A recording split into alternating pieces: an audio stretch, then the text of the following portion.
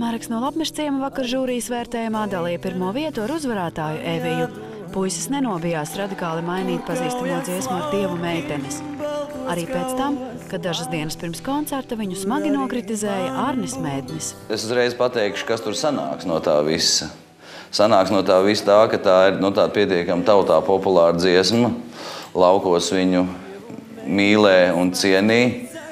Un šitāds aranžējums ir tāda, kā lai saku, suicidāla tieksme, bet vienkārši parasts cilvēks, teiksim, 20 km aiz uzraksta Rīga, to uztvers pa ķengāšanos, vai ne? Izņemot 6 jauniešus ar tādām frizūrām kā tev, vai ne? Bet tie ir tikai 6, no kuriem 4 toči nebalsos, vai ne? Lai piedod man, bet man šajā gadījumā viņa viedoklis bija pilnīgi nesvarīgs. Es pilnīgi to neuztveru nopietni, jo reāli, ko viņš grib, ko lai es daru? Viņš grib laikam, lai es atnāku uz šitaienu, izlauzēt dziesmu, kur teica gailīt, un tādā bītā nodzied viņu. Un kur tu teci gailīti, mons? Un aptuveni tā viņš to grib, viņš tā redz šovu. Meitenes, jūs tagad redzat, varoņi karodas. O, meitenes, jēl piedodiet, man tagad ķeizaram ir jādodas. Īstajā koncīs dabūja to feelingu ritīgi, un uz vietas to varēja reāli sajust, bet vienīgi, kad pēc tam, zinu, ko es neizdarīju, es vokāli neparādīju sev, joprojām neparādīju. Man parasti nebija sausa mute, tā kad dziesma nebija svarīga, bet šoreiz, kad man tiešām viņa bija svarīga, jo viņa man reāli no sirds iznākos, tad man atkal vokāls iestrēga un man bija sausa mute un tā. Bet es domāju, es vakar izdarīju lieliski.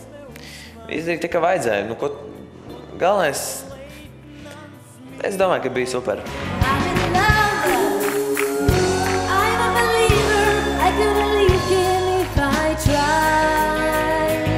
Man ir liels prieks, ka mani atbalstīja visi cilvēki, ka es tiku saprasta. Es ceru, ka es varēšu vēl parādīt daudz skaistu dziesmu. Man bija daudz jūtu, protams, uz skatuves. Gribēju skriet pa visu skatuve un dziedāt arī labi. Tādu dziesmu manā dzīvē man bija jādzied pirmo reizi savu dzīvē arī. Tādu iznest to tamburīnu, bet man patika šis stils, man patika justies savādāk. Bet es domāju, ka vienmēr var labāk nodziedāt. Jā, jo arī, redz par tām emocijām. Tu saki, tev tur plūda un tā un viss, vai ne? Jau gribēs visu jā, bet es skatījos, un man likās, ka tev ir tā, ka ir bišķiņ tā siena. Ka šeit ir Anna it kā skatās, bet viņa neredz tālāk, un ka viņai ir kaut kas priekšā.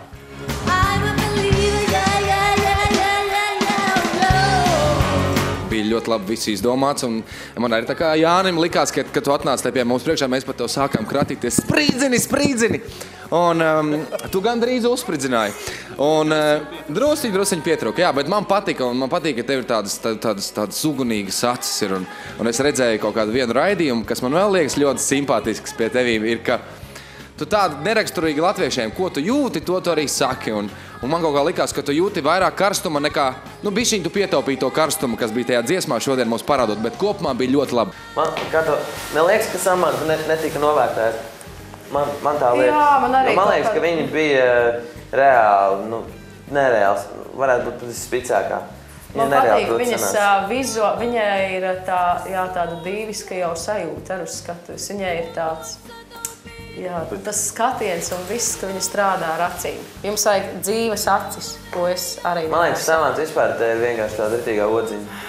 Kā viņi paķēra tās augšas? Nesaprotu viņu. Kas? Kā viņi paķēra tās augšas? Viņi visu laiku mēģinājām taupījās, un tagad viņi pienāk man klāt. Man bija tā, ka es dzirdēju to, ko viņi dzied mikrofonā. Un es arī dzirdēju to balsi. Nevis no mikrofona, bet to viņas dabīgo balsi, kas skan vēl no monitoru. Man bija tāds... Man nebija vairs nekas jātēlo, es biju pārsteigts jau, un viņi skatoties vienu, man jau viss bija...